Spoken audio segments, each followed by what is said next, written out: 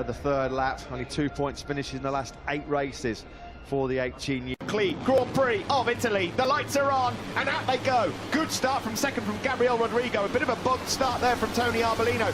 Rider so far this season, and yet he's not got a race win to his name, but he's aggressive immediately up to 1 kilometre straight to end lap 1. Well, it can give you as much as 3/4 of a second then down this Mugello. Kimisaki, despite that moment, has rejoined. Let's see what happened to the Japanese rider just a bit further back in the pack. Marvellous job. Not a similar story, unfortunately, from the same row for Nico Antonelli, as Suzuki just goes up here. Hot there into San Donato, but then he's got a nice line up the hill into the next corner. He's so brave. Suzuki's up the inside of Arbolino, and somehow he gets it pulled down to the apex. He makes it stick. But Dalla just lost all of his Pacini corner. He was right out of the seat there. He ran wide. That's going to cost him all the drive down the start-finish straight. He's going to get first big name out of the leading group, and sadly it's Argentina's Gabriel Rodrigo. His race has run it fine, but shouldn't have had any impact on him. There is just a tiny little dip on the inside of the apex there as well, so it just looked like the front just tucked away. Good to see him back in the mix. He's always good for the entertainment value. Further back here is Nico Antonelli, started to climb through. Oh, that was that moment for Tatsuki Suzuki. He just lost all momentum, didn't he? He's done well to regroup, and he's podium in Le Mans that's cost him crucial World Championship points. Had he stayed on board in both those races, well, Tatsuki Suzuki would be right. Here is the man who's just set, or briefly set, the fastest lap of the race, Aaron Canet, 1:56.950. Failed for the first time in his Grand Prix career in front of a jubilant, passionate home support, and he's doing just dipping behind the Japanese man now, gets some slipstream. Arbolino's just set his personal best lap of the race. No, not quite. Looked like Arbolino's just going to show him a front wheel coming into the chicane. Couldn't find a way through though. Yeah, a couple of riders who qualified well on the second row of the grid, Andrea Migno and Kaito Toba. We haven't seen too much here. I can't see anybody getting close to him in terms of slipstream. Look at that advantage Dalla Porta has got. This is some lap from the Italian as he gap, although he's a bit strong and heavy into that chicane, Arbolino. So he'll lose another half a tenth. He's not trying to, but the man who's trying to go with him is Jaume Masia. He's got his hands full keeping on to the start-finish straight. We go to complete lap 8. It's still Dalla Porta, 57.3, put in his fastest lap of the race, but then so did the rest of the field behind. Arbolino had a really strong first sector. He's right glued to the back wheel then of fellow Italian. Right straight back. That's the way to do it. Once you've been passed, do it the Marquez way. Strike straight back. Toni Arbolino is going to get slipstream potentially by Darren Binder. Well, there's nothing wrong with the top speed of Toni. Nickname Gatecrasher, shouldn't he, Darren Binder? Needs no invite at all of the South African. Rossi and Romano Fenati have had track limits warnings, so they've got to be careful. They carry on doing that, they're going to be in step here. Yeah, and while that group in front of them have not been able to get away, and while they've been jousting and jostling, Steve, Masia and Migno have wasted no time. His drive everywhere is brilliant. That's the reason, that's how he's retaliating. He gets past under braking and is onto the tail unit. And Dalla Porta, he makes his first mistake and almost throws it away. That's the first. Dalla Porta, he was so close to T-boning Toni Arbolino. That place absolutely stunning. How did he do that? There's confirmation of the long lap penalty there. Got some brilliant speed as the Leopard Honda rider, but it's Suzuki now then that leads once more, number 24.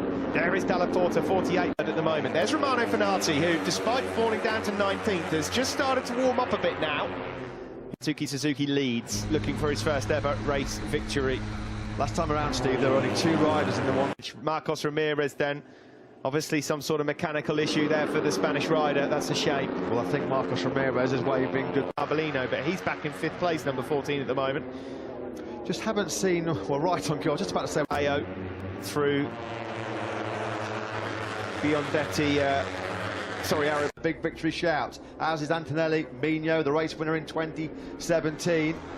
The gap now down to Sergio Garcia in 7th. The last few. There is Aaron Canet, number 44, your World Championship leader. As it stands, he would just lose number 48, Lorenzo Dalla Porta. Just holding. Oh, Binder so late as usual on the brakes. He openly admits, Darren Binder, that he doesn't actually have a braking marker. He just sees where that tussle because Migno just got forced a little bit wide by Canet.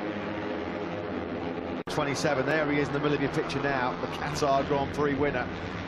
He's in 11th place, still right on Andrea Migno. He's now up into the top 8. Romano Fenati is at the back of this group, so it's a group then of 13 as they go on to Binder as well. Nico Antonelli there on the inside of Aracanet. That was brilliantly done, the number 23, and almost... So it's still Lorenzo Della Porta through Arrabbiata 1. There's your live world champion. Well, would remain in 3rd overall if things stayed the way they are, but you can't see it staying this way, can you? Does anyone have an answer to Lorenzo Della Porta? What's happened there? No one seems to be blaming one another at the moment. We'll have to wait and see what's happened. Oh, we didn't quite get the start of that one, did we, into Pacini? There's no arms waving around, though, is there? Riders falling then, 4 laps to go. It is Sasaki and Toba, as Matt said. It will not be the good day at the office for Toba, and that's a shame for Sasaki as well, because... Washing machine there for a bit, wasn't he? Here's Nicola Antelli's race progression. Start there, it's Della Porta, Arbolino, and Canet and Marcia have the hard. Sasaki did something to Darren Binder because he's just dropped right out of this league group. Whether he had to check up and roll out of it, but he was right there, wasn't he, Binder? Now for the race lead. Oh, there was a big moment for Jaume Masia. Now that must have been earlier. Coming out of that final turn is unbelievable.